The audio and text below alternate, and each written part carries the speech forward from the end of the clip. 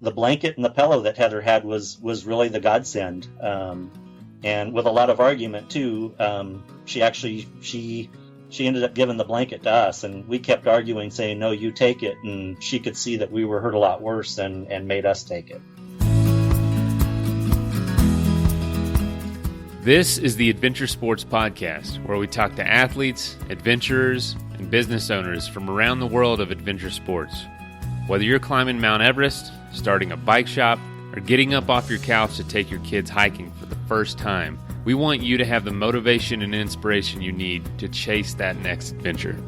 The Adventure Sports Podcast is brought to you by Camp Crate, the leaders in fully planned self-guided backpacking adventures, as well as backpacking gear rental. You can check them out at campcrate.net.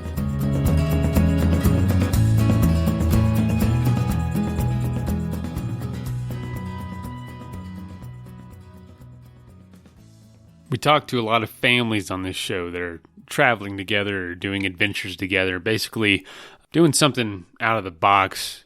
And I know that resonates with a lot of you because, you have families. And if you did something adventurous, it would probably need to involve them. Well, something we never want to hear with families doing adventurous things is when things go wrong. And unfortunately, that does sometimes happen. However, that can be an adventure in itself. It always helps, of course, when there's a happy ending. And this story is from a few years ago. Travis was doing the interview, and it's about Brian Brown and his family. He's a fire chief out in California, and they had one of their daughters in their small Cessna 172 personal plane. You're going to hear about how they crashed in the mountains and how they survived. Crazy story. There's a book associated with it. I'd love if you check it out. There's a link in the show notes on how to buy the book. The book is called Rescued, One Family's Miraculous Story of Survival, and it's by Brian Brown. I hope you enjoy this. I hope you don't get afraid of adventures. That's not the hope when we share these stories, but we love to share when people get through really hard times. Today's sponsors, Athletic Brewing, the makers of non-alcoholic craft beer. It's a beer that's not going to intoxicate you where you couldn't fly or couldn't drive. So goes well with this episode. And you can save 15% with them in our show notes by using the code ADVENTURE, I believe. Yes, ADVENTURE, all caps, at checkout. Also, CS Instant Coffee, the makers of wonderful Arabica instant coffee that comes in little single-serve packets. So check them out as well for a discount within the show notes. All right, folks. Hope you're having a great week so far. Hope you enjoy this Throwback Thursday revisited episode. It's a really good one. And have a great day. Tomorrow's Friday.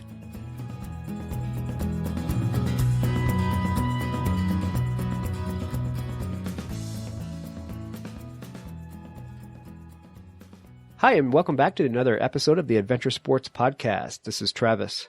So today on the line with me is Brian Brown. Brian is a pilot and a retired captain of the fire department. The show today is going to be on Brian's experience flying, but the kicker here is that Brian was involved with a plane crash in the mountains in Idaho, and he had written a book about it. The book is called Rescued, One Family's Miraculous Story of Survival.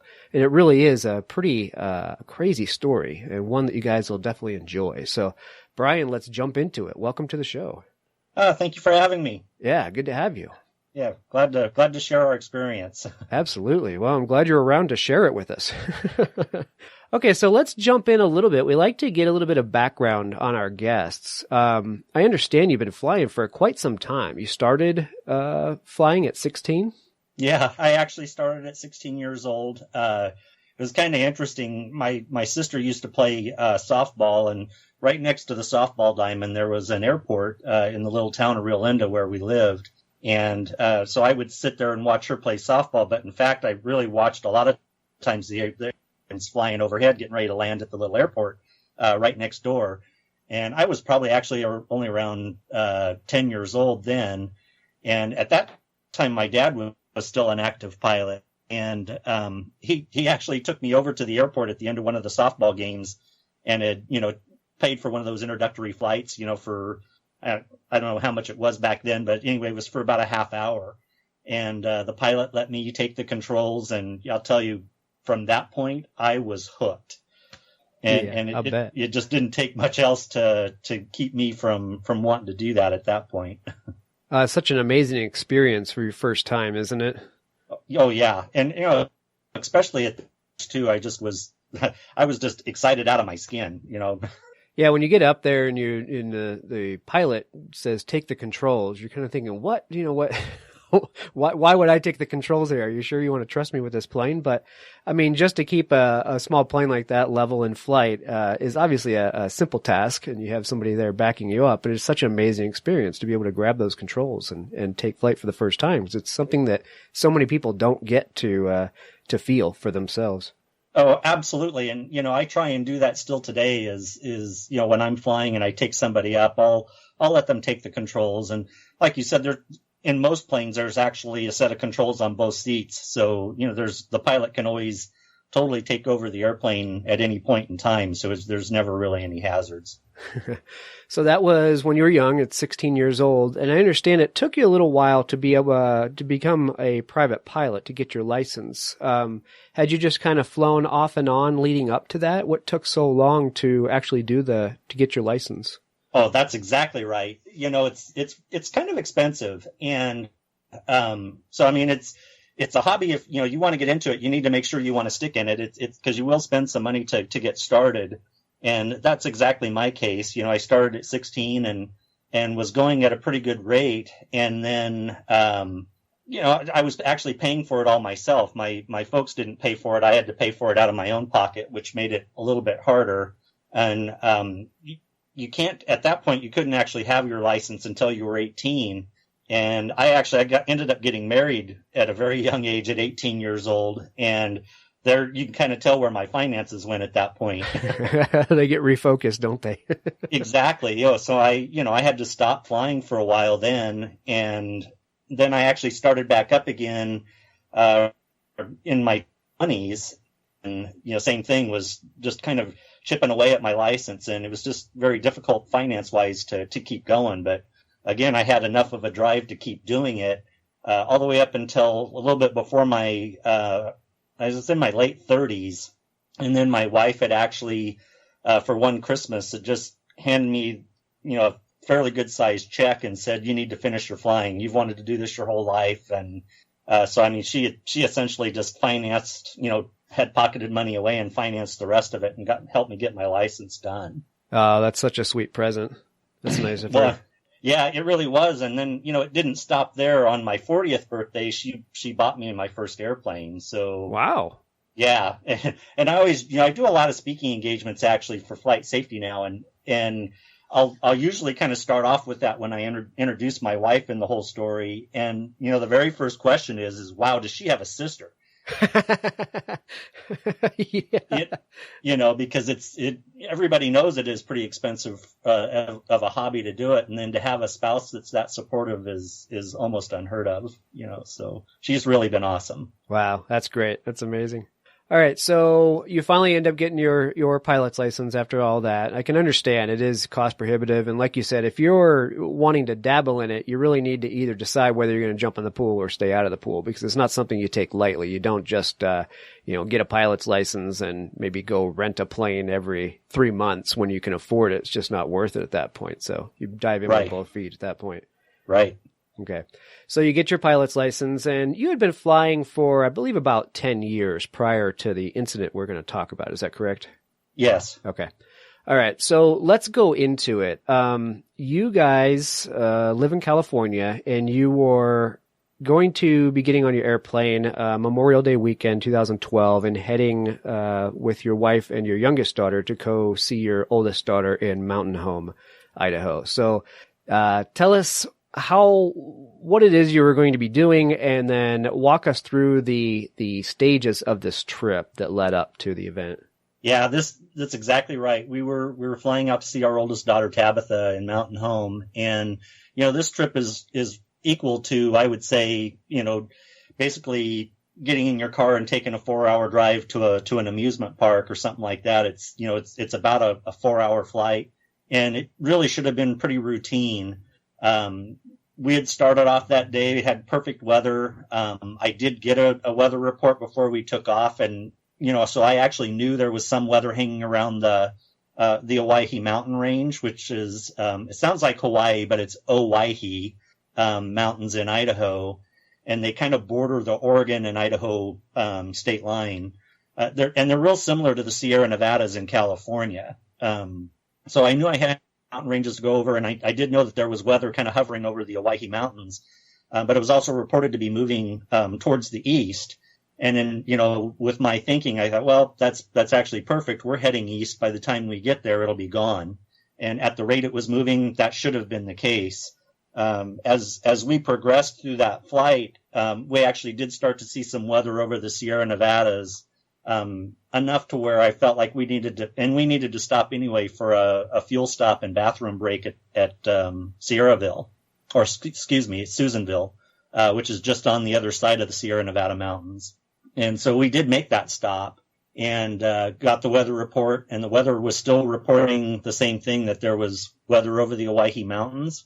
And so I decided that we'd just actually borrow a car at the airport and drive into town at Susanville, and just, we'll get lunch and we'll just make that stay a little bit longer than what we had anticipated.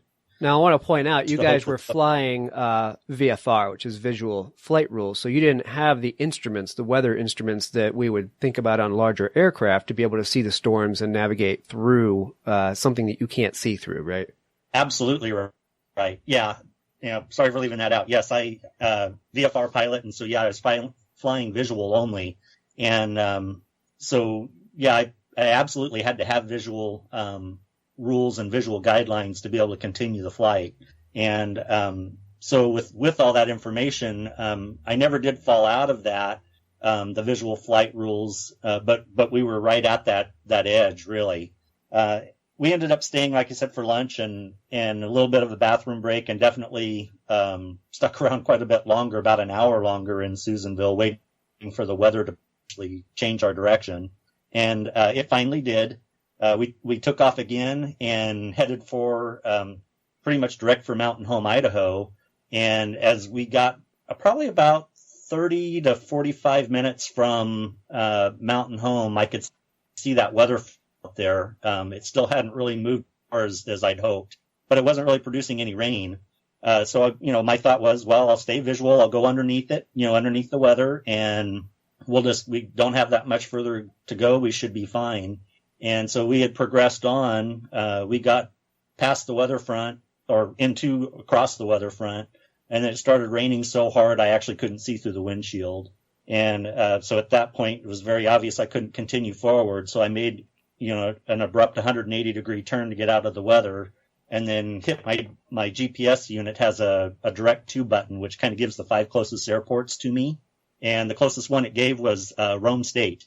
And it had said, Rome State, Oregon was the closest, and that it had some facilities. So it means, it should have a building, should have, bathrooms, stuff like that. And I thought, okay, perfect.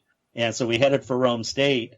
And when I got over the top of Rome State, I looked down and just thought, you've got to be kidding me. I circled over the top of it a couple of times to assess it. And it actually is just a large abandoned World War II gravel runway that's out in the middle of nowhere.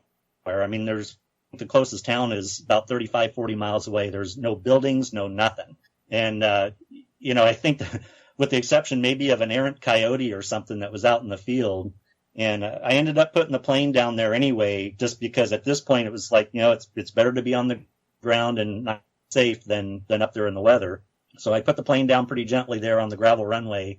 And it did actually have a sign that said, "Welcome to Rome State," in a chain tie down, to keep your plane from flipping over in rough weather. This was nothing but a dirt strip with a couple of stakes in the ground. Yeah, essentially that was it. And it did at least have a welcoming sign, Travis, welcome to Rome State. So, it gave me a little bit of a warm feeling, at least when we got there. Right.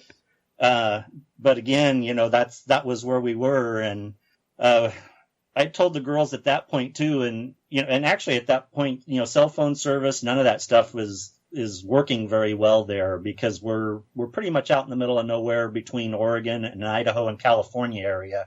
And it's just, like I said, cell phone service is worse than sparse.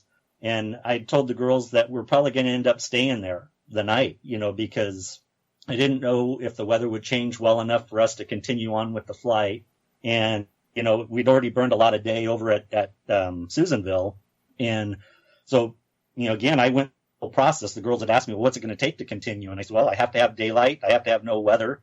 And I really need to be able to see, I have to have enough time of daylight to be able to get over the Owyhee Mountains. I have to be able to see them and spend time on, recalculating things with my maps and navigational tools. And then, that's when the next kind of crazy thing happened, to me. I mean, I describe it now like, you hear on TV where the cherubs start singing, and the sky opens up. And it just opened up perfectly for us right at the time frame that I needed to have enough daylight to make it over the Owyhee Mountains. And I looked the direction we were going. It looked perfectly clear and good to go. And so I said, we're going to try and make this last hop. And so we took off and we started flying, towards the Owyhees. And we got through the Owyhees pretty good distance, and then the weather just started to form right in front of us. And I mean, I saw some thunderheads essentially start building and forming right in front of me at rapid rate. I veered off my course a little bit to stay out of them. And right when I did that, I had more building in the next new course that I had set. And at that point, I knew I needed to turn around again. And so when I looked around to turn back to Rome, we were already closed in by all the weather. So it just wrapped around you. It formed in front, and then it snuck in behind you at the same time. That's got to be completely disheartening. Yeah, it was. And I mean, it was the very, very worst place in the world I could have put myself. So, I'm really only about 1,000 feet above the terrain. And so I'm just under the weather and just above the terrain, and really the worst place in the world you can be while you're mountain flying. Right. And found myself just the busiest I'd ever been as a pilot too. I'm scanning instruments, I'm scanning weather, I'm scanning the terrain, I'm, settling my wife and daughter because it's also pretty bumpy at this point too. And that's when, finally in one of my scans, I was watching and we were coming over a ridgeline. I saw our airspeed go from 110 down to 40 just in the snap of a finger. And my plane, that 172 needed at least about 50 to 55 miles an hour to fly. And we'd gone well past that. And again, that's not uncommon in mountain flying to actually see a drop like that, but normally it'll slowly kind of come back and recover. And in this case, it didn't. And when it did that, I actually, this is what gets a lot of people, and it still even gets me when I say it, but I'd actually told Jan and Heather, my wife and daughter, that I was sorry, and told them I didn't think we were going to make it. I told them I'd loved them, and then pushed the nose of the plane down into the canyon to try and keep flying it so it wouldn't stall. Wow, I cannot imagine having that go through my head and actually coming to the point where I felt like I needed to say that out loud. Yeah, and actually even before that, Jan had actually said a prayer out loud. This changed my life as a Christian, man, I tell you. I'll bet. But, she had said a prayer out loud that was, something to the effect of, God, this is a lot scarier than we thought. Please put your angels on our wings and carry us through this. And we all said out, amen to that out loud. But, like I said, when I was scanning everything, I knew there was no good place to put the airplane down if we had any kind of trouble. I mean, I well ahead of time. And just with the condition we were at that moment, I knew that too, right when I had my airspeed drop. And so anyway, when I plunged that nose of the plane down, right before we hit the bottom, I actually got control back. I could feel control back in the yoke, and it pulled it back as far as I could. And so the nose flared pretty steep up. We were trying to fly back out of the canyon, and I hit 2 trees with the wingtips and then smacked belly first into the next mountainside. For 2 of us, for Jan and I, actually, we went unconscious pretty quick. I ended up hitting the windshield and actually going through the windshield a little bit. And Jan hit the doorpost of the airplane, As on the impact, it ripped the door off on her side, and she hit the part of the windshield and the doorpost, and then fell back into her seat. And according to Heather, my daughter that was in the back seat, she said that I was only out for probably only like 2 or 3 seconds. I mean, it's just more of a daze than a true knockout. And I do remember, kind of opening my eyes, shaking my head a little bit. And my first thought was, wow, we're still alive. I mean, I couldn't believe it. 'Cause pilots don't survive mountain plane crashes, and here we were, I thought, wow, I couldn't believe it. And then in that very next deal, I could hear Heather screaming for her mom. And when I looked over at Jeanne was just hanging limp like a rag doll. Basically, seatbelt was the only thing holding her in the airplane. And I tell you, my first thought was, I thought, oh, shoot, I've just killed Jeanne. Right. And at that point, my professional rescuer part just kicked in. And I grabbed Jeanne, pulled her back into the airplane, and, held her head in line to open her airway, and was calling to her, trying to get her to breathe and all that sort of stuff. And it was one of the most horrific sights I've seen. I've seen it several times during my career, but when it's your own wife, it's a lot different. And I just didn't think she was going to make it. And then after about probably 35, 45 seconds, she finally, her eyes kind of fluttered open. She took a big gasp of air, and she said, "I'm here. I'm still with you." And, what a huge sigh of relief. Yeah, that's an understatement. Yeah. And, I kind of got her stable. I actually ended up picking her up and putting her into my seat in the airplane because it was a lot more stable. And then I went back and started checking on Heather to make sure she was okay. And she was pretty bumped and bruised. She actually hurt bad enough to where I thought she might have actually fractured her hip. But she was a trooper. I mean, that gal was just something else. And at the time, she was 26 years old.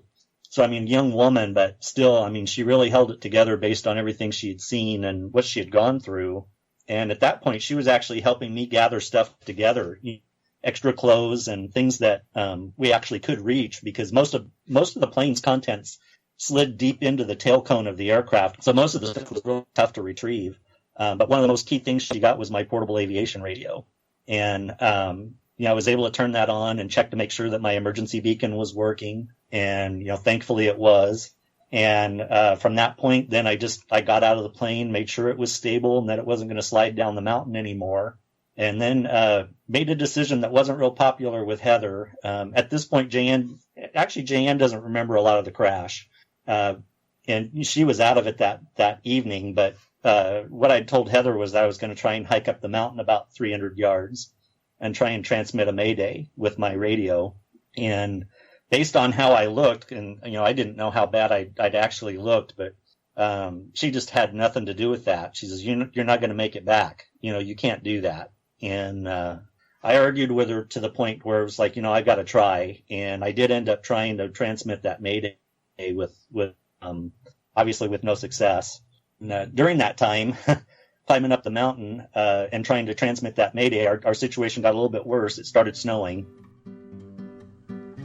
Athletic Brewing is pioneering non-alcoholic craft beer. Yeah, I said non-alcoholic craft beer. And there's a number of reasons you might want to do that, whether you're training for an event, which a lot of our listeners are, or, if you're babysitting and don't want to be drunk in case something happens. I mean, stuff happens, but you still want to sit down and enjoy the game and have a beer. This is an incredible option for a full-flavored, full-bodied beer. Each can is only 50 to 70 calories, with IPA, golden ales, stouts, and tons of seasonal offerings. Athletic Brewing is a great option if you want that craft brewery taste, but not deal with the effects of alcohol itself. If you'd like to save 15% on your first order, go to athleticbrewing.com and use the code ADVENTURE at checkout.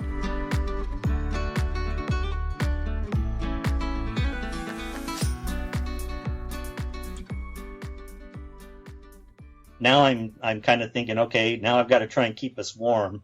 So I started dragging, wood back down towards the airplane to try and build a fire for us and, be able to keep us warm, because I had no idea how long our rescue would be.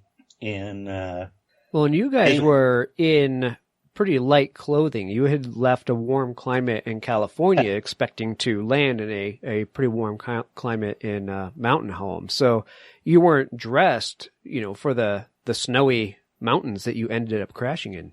No, we really weren't. And I was probably dressed the warmest. I had jeans on and I had 2 shirt layers on.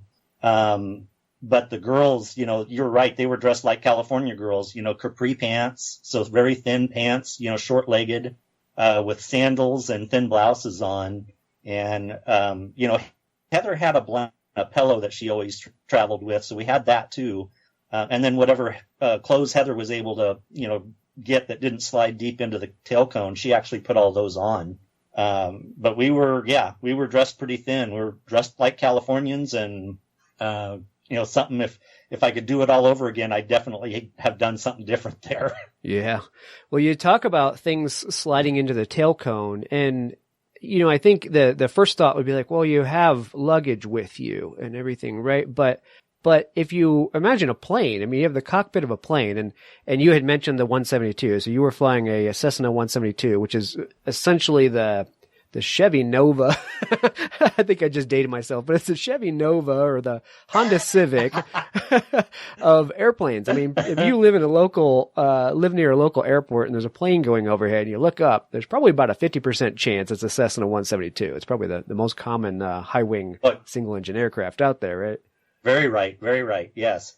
Yeah. And it's designed to be a 4-seat aircraft, but honestly, it's really a 3 adult at maximum, aircraft, and virtually no luggage. And even with that type of flight, matter of fact, I wouldn't make that flight again with that kind of an airplane, but, it was very, very limited for that task that I put it on that day. Mm-hmm. And, so very, very small, really, and just not a lot of room for a lot of luggage, which was, part of the issue too, because we did have 3 adults. I wasn't full of fuel the whole time. I was managing that in the weight part of the aspect of things. And I also told the girls, we have 1 duffel bag. We're going to get all the clothes we can in the 1 duffel bag just basically it was for an overnight stay.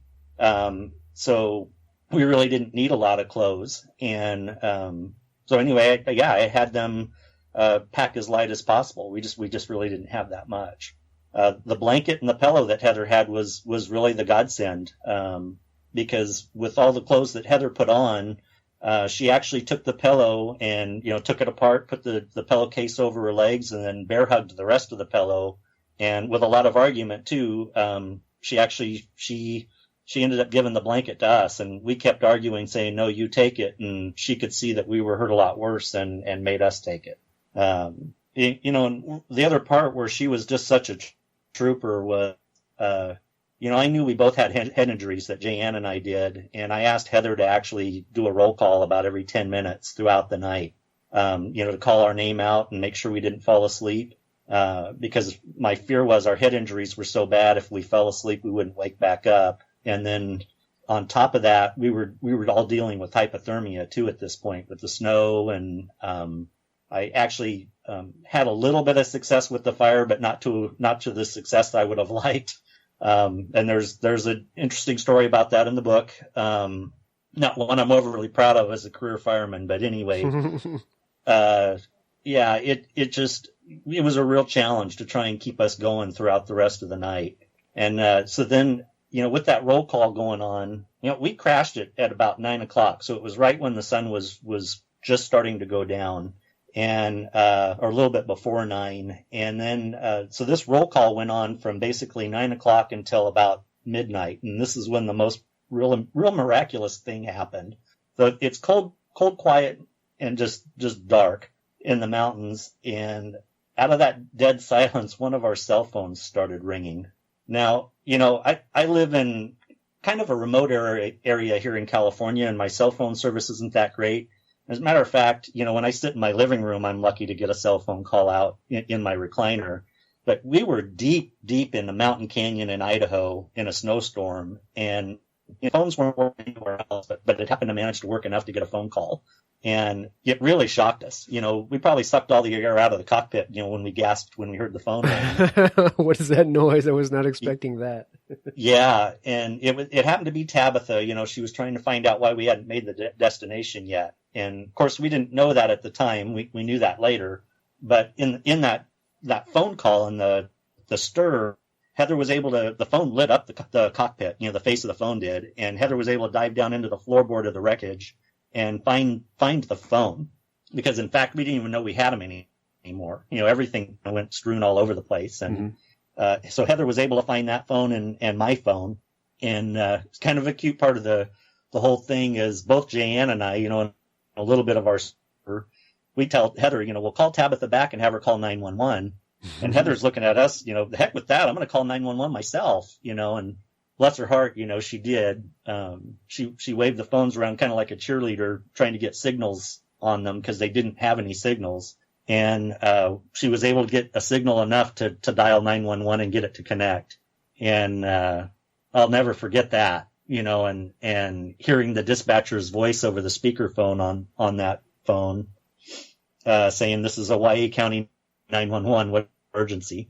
And like I said, talk about a warming feeling. It didn't matter how cold we were. That one warmed me right up. Yeah, I'll bet. And we were able to get enough information for her that basically we had crashed, where we had started our flight from, and where we were headed to.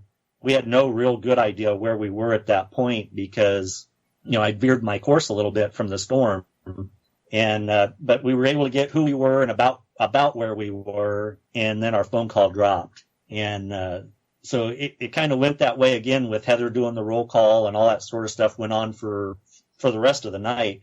But it did happen to be about another 45 minutes later, we were able to make their connection into 911, and they were able to ping our phone. So it was able to kind of centralize a little bit, got them down to about a 5-mile radius of where we actually were. Mm-hmm. And which really, again, helped the search part of the whole thing. And but at this point, too, the dispatcher was able to launch helicopters. We could hear them flying overhead. They were flying in near whiteout conditions. I mean, it's snowing that bad. And at one point, too, I could hear them, and my first thought was, I can talk to them with my portable radio. So I had the radio down at my feet, and between the last time I had done a battery change and how cold it had gotten that night, the batteries basically were dead in the radio. Yeah. Unfortunately, that happens. Our batteries get cold. Well, it's a good point about calling 911 from the phone on, at the scene, because, like you found out, had you called her sister and had her report it, she wouldn't have been able to tell them, any remotely where you guys were. But the fact that you guys dialed from a cell phone on that location, they were able to triangulate you at the time. Exactly. Yeah. And it was just amazing that it all even worked. I mean, there was really there's no earthly explanation why our cell phones worked there, because they didn't work anymore after that. And, I joke about it. If they'd worked that well, I'd have been ordering hot chocolate and blankets, and rescuers, but right. It just wasn't working that way. And so, I mean, it went on like that until basically about 5:30 the next morning. And then I could hear helicopters flying overhead again. And so I told the girls I'd go back out and try and light the signal fire one more time. And right when I reached down to light the signal fire, the helicopter flew right over the top of us. Wow. And so I didn't get the fire lit fast enough, and he truly didn't see me. So I grabbed my phone, and I turned the camera flash on, and I started flashing him with the camera flash. And he actually did get a glimpse of that, and I didn't realize it, but he'd come back around for a second look, and switched my phone to that flashlight app, that has a strobe light on it. Right. And was waving that back and forth, and he was able to spot that, and that's when I finally saw him go into a hover. And wow, that's a great idea. Knew that we were rescued at that point. And man, again, at the point he went into that hover, it just dropped me to my knees. I was just so relieved, that I knew that, hey, we've been found. We're going to survive this, and it was just really something. And, a lot of other things kind of happened in between, what I've already told you. And, it'd take me hours to tell you this whole story. That's why I wrote the book. Yeah, no doubt. Well, and to remind our listeners, the book is named Rescued, One Family's Miraculous Story of Survival. So if you want to hear more of this story in detail, certainly go check out his book. We put that in our ASP bookshelf for you guys, as well as the show notes. This episode is also sponsored by CS Instant Coffee, 100% Arabica coffee with compostable packaging. And you can find them at csinstant.coffee and use adventure at checkout for 20% off. So you guys are sitting in the snow-covered mountains at this point in a crumpled up plane, and the helicopter finally finds you. And I think you guys had other rescue crews coming in on foot and 4x4. But it was obviously you're going to take them a while to get there. So the fact that they could launch a helicopter and get it out to you in the weather that you were experiencing was pretty amazing to be able to get that quick of a rescue, I guess. Yes. Yeah. Again, another miracle in the whole scheme of things. I mean, there were so many things that were just so far in our favor. It's just unbelievable. Yeah, no doubt. So when it comes to the flight and flight plan and everything, I know sometimes, on VFR, sometimes you file a flight plan and sometimes you leave it alone. Had you guys had one at the time? No, and see, there's more of the rest of the errors that I made. Several things that I used to do all the time or would do on a regular basis. One was file a flight plan, and I didn't do that on this flight. I'm not really sure what made me not do it. But the other was using flight following, which is basically you're talking to radio controllers, tower controllers all the way through. And, it's beneficial because they tell you positions of other aircraft and weather and all kinds of stuff and vice versa. You can tell them things that you see and it's constant communication. And again, for whatever reason, I just didn't do that. I do know that actually partially in my head, I thought, well, I always had contact with Tabitha as far as, she knows when we're going to get there. So that was the flight plan part of it. But the flight following, I think one of the biggest reasons why I didn't on that flight is communications in general are very sparse through that region. And I have a lot of pilot friends that fly through there, and they said, well, not real sure how well your radio would have worked there anyway. And that might have been part of, I'd had those conversations before even that flight with pilots and had them say that. And that might have been partly what had encouraged me not to do it on that one. Right. Not a good choice, clearly not a good choice. Yeah, I wondered. And, that's definitely. A lot of times I think we get into certain hobbies and careers and things that we do, and there's a certain point where we become comfortable and complacent with what we do. And I wondered if that factored in because you had been flying again, since 16 and having your private pilot's license for 10 years before this even happened. So you were experienced, no doubt. I imagine as a newer pilot, you probably did often file a flight plan, but at some point you do become kind of complacent. You're kind of trusting yourself that, that you can deal with things as they go. And, we can find ourselves in situations where we're thinking, man, this is something I would have done, as a newer, person to this hobby. And I wondered if that had factored into this decision at all. Oh, absolutely. Like I said, I have a pilot safety video also on the Air Safety Institute website, and we talk about all of that sort of stuff. And it is what I talk about in flight safety seminars as a Federal Aviation Safety Team representative. I've broken that flight down. And actually, I got to tell you, Travis, even from the moment I came to on impact, those thoughts were going through my head of, wow, why didn't I do this? Right. Why didn't I do? And, it was just immediate, remorse and immediately blaming myself for everything that I had done at that point and failed to do. But it's very accurate, some complacency and comfort over the years of doing flights like that had just felt like, no, I don't really need to do it this time. And in fact, you need to do it every time, no matter how routine it is. That's how I did my job. No matter how routine it was, I still followed the steps, step by step. And in this flight I didn't, and it got me. Yeah, it always it's always the one that gets you, isn't it? It's the one where you're least expecting it.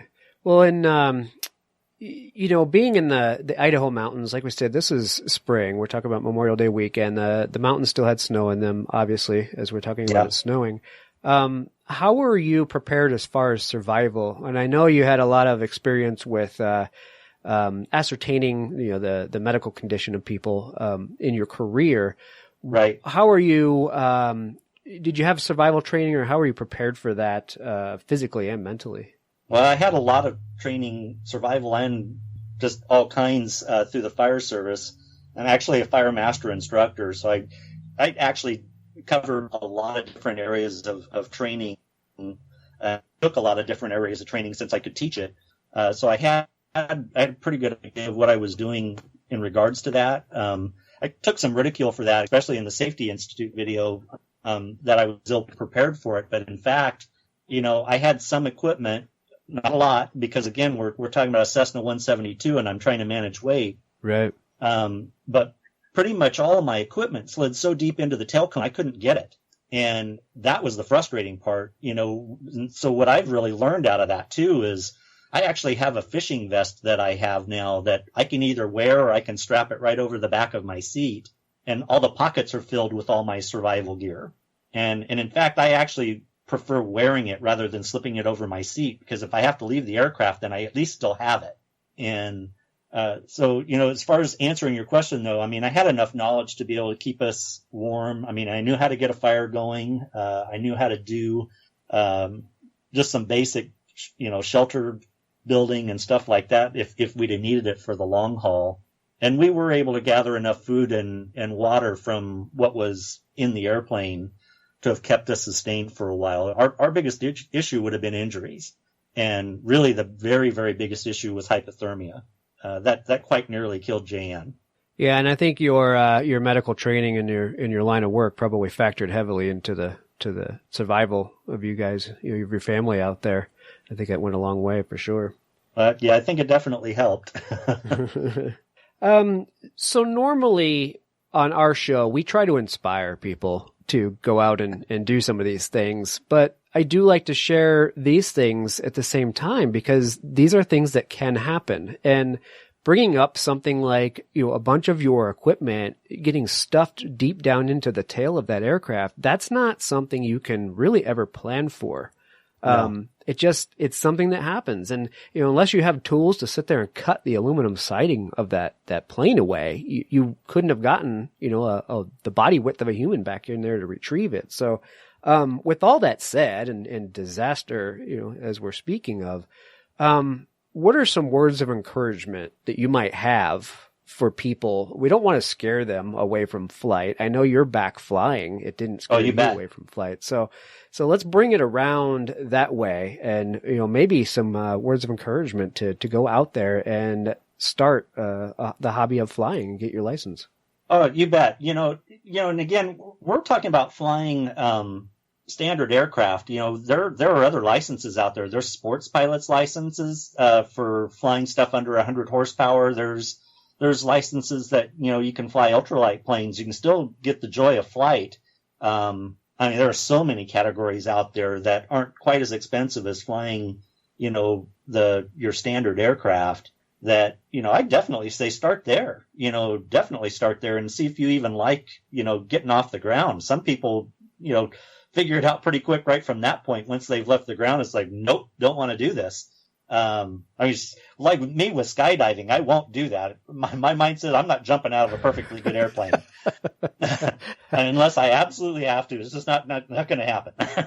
But I do. I would tell people start with something more simple, like an ultralight lesson, or even a deal like my dad paid for me, an intro flight, and see if you like it. But from that, again, there are just so many stages you can go, and then get into it slowly like that, and then work your way up into the bigger aircraft if you like. Because now I'm flying a high performance complex airplane now, and I love it. And actually just last year I was doing full aerobatic flight and unusual attitudes, so, where they're flying me upside down and all that other sort of stuff, and I absolutely love it. And even with everything that I went through, it's no different than your everyday driving in a car. If you got in a car accident, I'm sure that, 99% of the people would jump right back in a car and go again. Right.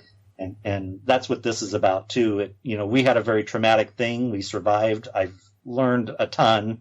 And I still just absolutely love the sport, and it's a wonderful hobby. I mean, we have the ability to fly, from one end of California to the other in just a few hours, just to get a hamburger if we want to. And it's kind of neat to be able to do that, and so again, that's kind of where I would say is start smaller. If the fear of the expense is there, then start in the smaller end of flying and work your way up. And I truly think you won't be disappointed. It's a wonderful hobby. Yeah, it no doubt is. I had started out quite a while back getting my pilot's license, and I had this hunch that it was around after 9/11, and a lot of places were laying off in 2001, 2002 era, and I had a hunch that I was going to get laid off, so I stopped taking flight lessons. Talking about being cost prohibitive like we were. Decided to pocket the cash instead of putting into flight lessons. And I'm glad I did, because ultimately I got laid off. But the lessons that I did have and the experience that I did have was truly amazing. I never did quite go back to finishing up that pilot's license. Maybe someday I will, but it really is an amazing hobby to get up there above the world, and as congested as our world is anymore, to be able to get up and have that sense of freedom and look down on it for a while is truly amazing. I can't blame you for doing it. Yeah, it is a whole different perspective. Yeah, just like you said, you can see congestion everywhere, and you have wide open space. Right. It's just amazing and wonderful. So, what are some lessons learned? Maybe share some of these things for new pilots. Like we talked about, we can be new to something, but then we can have experience and become complacent.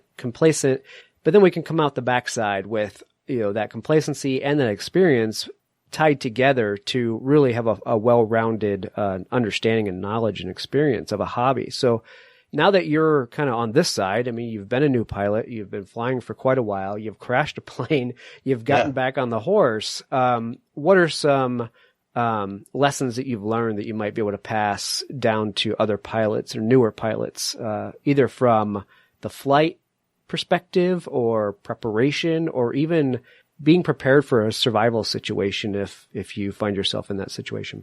Yeah. The big one, like I had said, I used to do things almost by a checklist, and, pilots do things by a checklist. I still do fly by a checklist. I was probably pretty complacent that day, especially, well, not probably, I definitely was complacent not using the flight plan or flight following. And those are really part of the checklist, and you just can't leave those things out. They're there for a reason.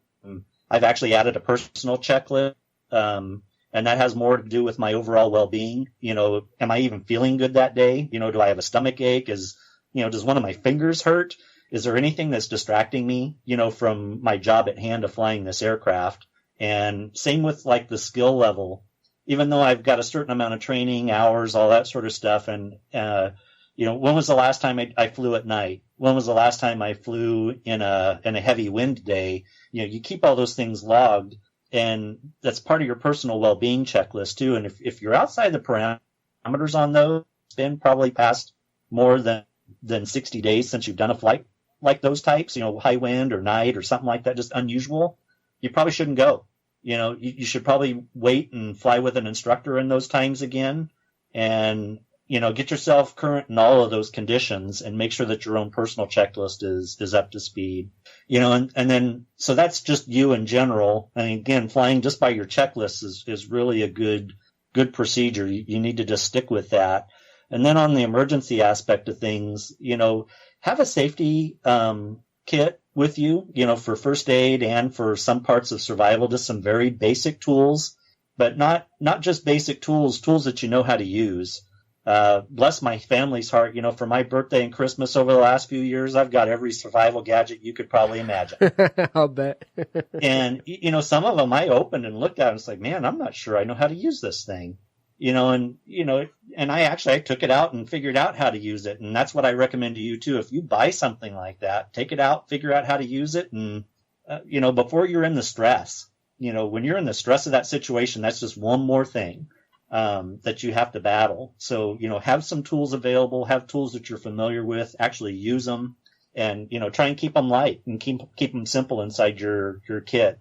And then really, I don't profess that I'm an emergency medical technician, through my work. And yeah, I don't profess that people get that level of training if they're having their hobbies, but they should go through a basic first aid, training course, because you very well might need it, and it very well may save your life. Just having the basic understanding of what you need to do to keep your people, your friends around you alive, and maybe even yourself is a really big thing. And I know it was a big thing for us. Had I not had that training, I'm very confident we would have had a different outcome. Not all three of us would have made it out of the mountains. Mm-hmm. Yeah, that's a good point. You're not just doing these things, this preparation and this training for yourself. If you ever plan on having passengers, you're really doing it for them, because it's, that is your responsibility as the pilot, for sure. Yeah, and I actually learned something from the military friends of ours that helped us in our rescue. Keeping a couple of items actually on your person, whether you keep it in a first aid or a kit or not. And it could be as simple as a lighter and a multi-tool. But if you have those with you, again, no matter what happens with you, if you get separated from the aircraft or whatever hobby it is that you're doing, and or your first aid kit, if it gets separated from you, you at least have two basic tools that you can do a lot with. Yeah, absolutely. Very good point. Well, I'm happy that you are around to sit here and tell us the story. What an amazing thing that must have been to go through, especially with your family. I'll bet that has caused you guys to hug a little bit longer and pay a little bit more of attention to your family members since then. Absolutely. Well, and like I said, it changed my faith. I mean, I believed in God before, but my faith is much stronger now. That'll do it. Yeah. All right, Brian. Well, great. Thanks so much for spending some time with me talking about this. What an amazing experience. And it's a pleasure to sit here and talk to you and have you relive it. I'm glad that you're here and around to tell us about it and share some of your tips and advice with others as well. Oh, well, thank you, Travis. I really appreciate the opportunity. Well, first of all, thank you so much for listening to this episode. It really means the world to us that you want to spend your time with us. If you'd like to help us further, please just leave us a review on iTunes, share us on social media, tell your friends about us. You can become a patron, a supporter of the show for $5 a month at patreon.com/adventuresportspodcast.